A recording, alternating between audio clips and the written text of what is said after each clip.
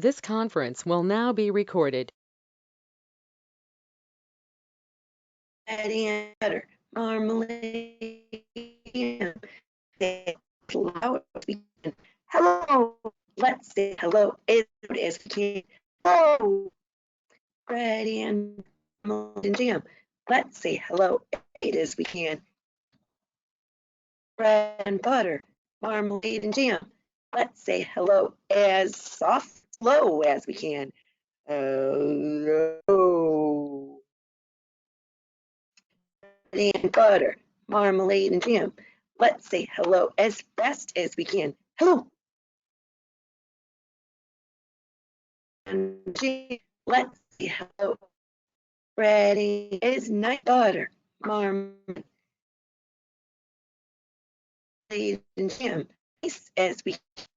Preschool are of the question is start out with our question today, and our where do you wash?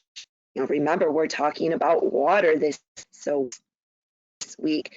Where do you, or if you've been to school, wash your hands? It can be somewhere at home, or you can tell me where you washed your hands.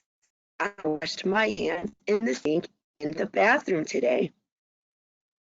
So sometimes we wash our hands in sinks in the kitchen or in the bathroom, or we might even wash our hands in the bathtub when we're taking a bath. So let's see, we've been talking about water this week, and we're going to continue to talk about water for the next few weeks. We're going to learn about how water can change. We're going to find out how we use water. We're going to find out how water moves around the planet. We're going to find out all kinds of exciting things. And today, I have an activity for us to do. And do you remember at the beginning of this week, I showed you some containers and I asked you to make a prediction about which container held the most water. And remember, a prediction means that you just make your best guess at which one would hold the most water. So we made our predictions, and then in a different video, we tested it out. We completed the experiment, and we found out that the biggest jar held the most water. Well, today I have a different kind of activity, and we are going to learn about making a guess on how many items are in a bag. So we're going to make an estimate. An estimate is like you kind of look at it and you kind of make a guess about how many items you think are in the bag, and then we're going to see which one has the most. So I'm going to show you 3 different bags, and you look at them and make an estimate about how many items you think are in the bag. So here's the first one. I'll get it close to the camera, and you just make your estimate at how many you think are in there. So there's bag number 1, and we have bag number 2. I'll give you a second to make your guess. Estimate how many's in there. And then bag number 3. So which of the 3 bags do you think has the most items? 1, 2, or 3? Do you have your guess? Okay, now we're going to count them together to find out which one had the most. So first we're going to do bag number 1. And I have this little board here that has little spots so we can count out each one. So we have 1, 2, 3, 4, 5, 6, 7, 8, 9. So in bag number 1, we had 9 items. Next, we're going to do bag number 2. Do you think bag number 2 has more or less than 9 items? Let's see if you're right. Open the bag, and we're going to count out these items too. So we have 1, 2, 3, 4, 5. So bag number 2 had 5 items. You can see bag number 1 has 9. Bag number 2 has 5. Which one has more between these two? You said the top row? How did you know the top row has more than the middle row? You're right, because you can see that this goes on longer than this one. Okay, we're going to count the last bag so we know which one, bag 1, 2, or 3, had the most. One more bag to test. Put them in this final spot down here. We have 1, 2, 3, 4. So in bag number 3, there was 4 items. So when you look at bag 1, 2, and 3, which one had the most? You're right.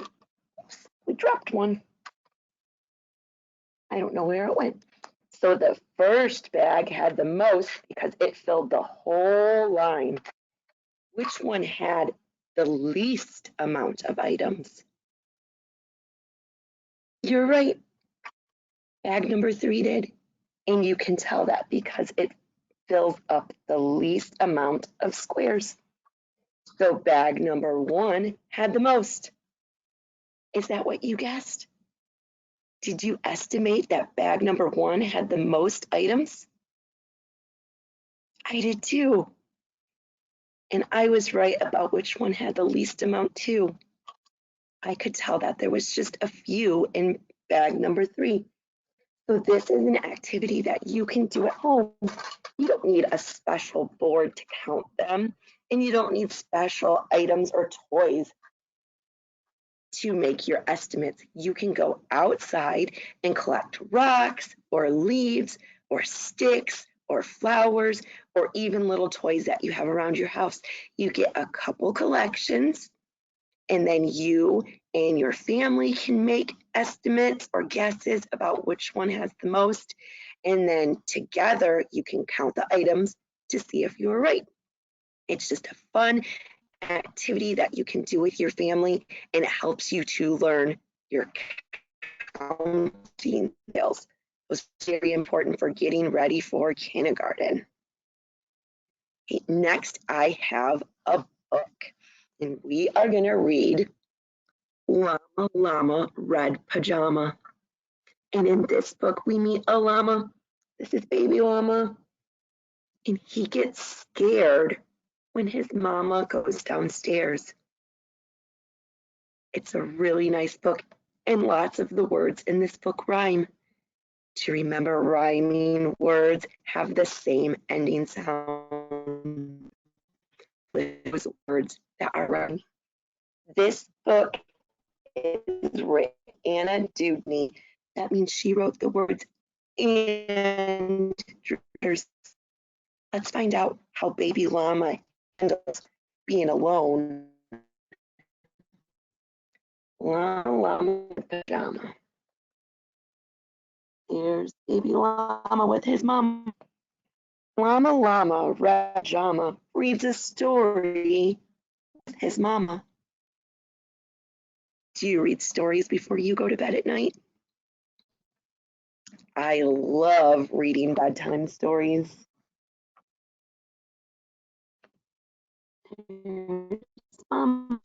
Mama kisses baby's hair. Mama llama goes downstairs. So So she gave her baby a kiss after reading the bedtime story, and she's going to go downstairs now.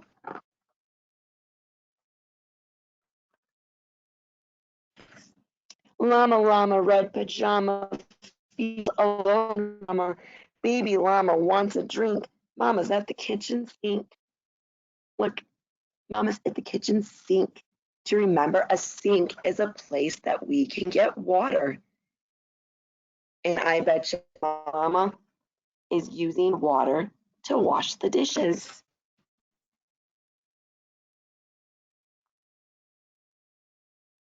Llama, llama, red pajama calls down to his llama mama. Do you hear all of those?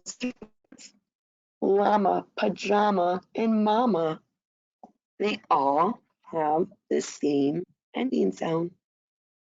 There's mama. Mama says she'll be up soon. Baby llama hums a tune. That means he's just singing a little song to himself. Baby llama. Llama, llama, red pajama, waiting, waiting for his mama. Mama isn't coming yet. Baby llama starts to fret. Fret means he's starting to get a little upset. He's starting to get worried.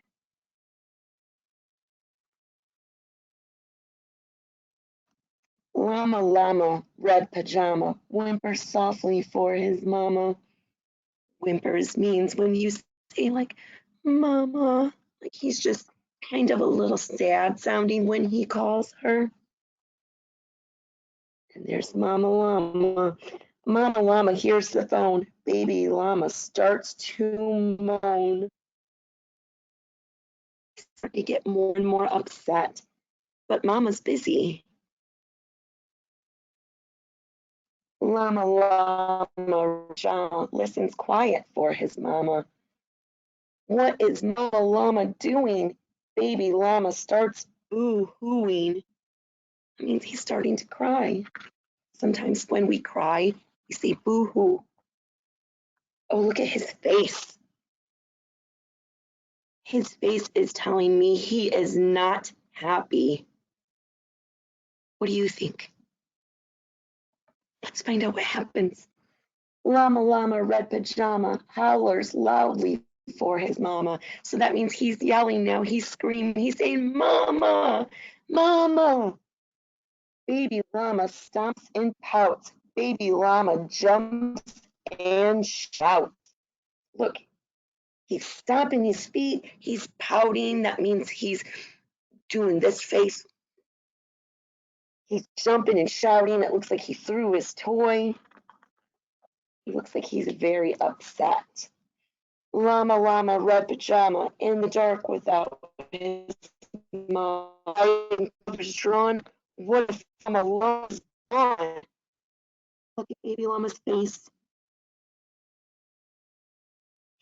He's really scared. He's wondering, what if Mama is gone? Do you think Mama Llama left? Let's find out. Llama, llama, llama, weeping, waiting for his mama. Will his mama ever come? Mama, llama, run. He's very, very upset.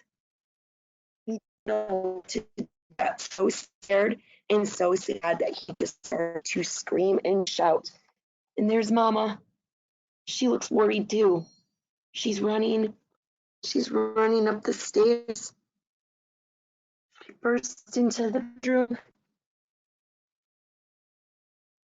And then look at her face. Her face is saying she's not very happy either. I wonder why. Find out. Maybe the sometimes please stop all drama and be for your mama.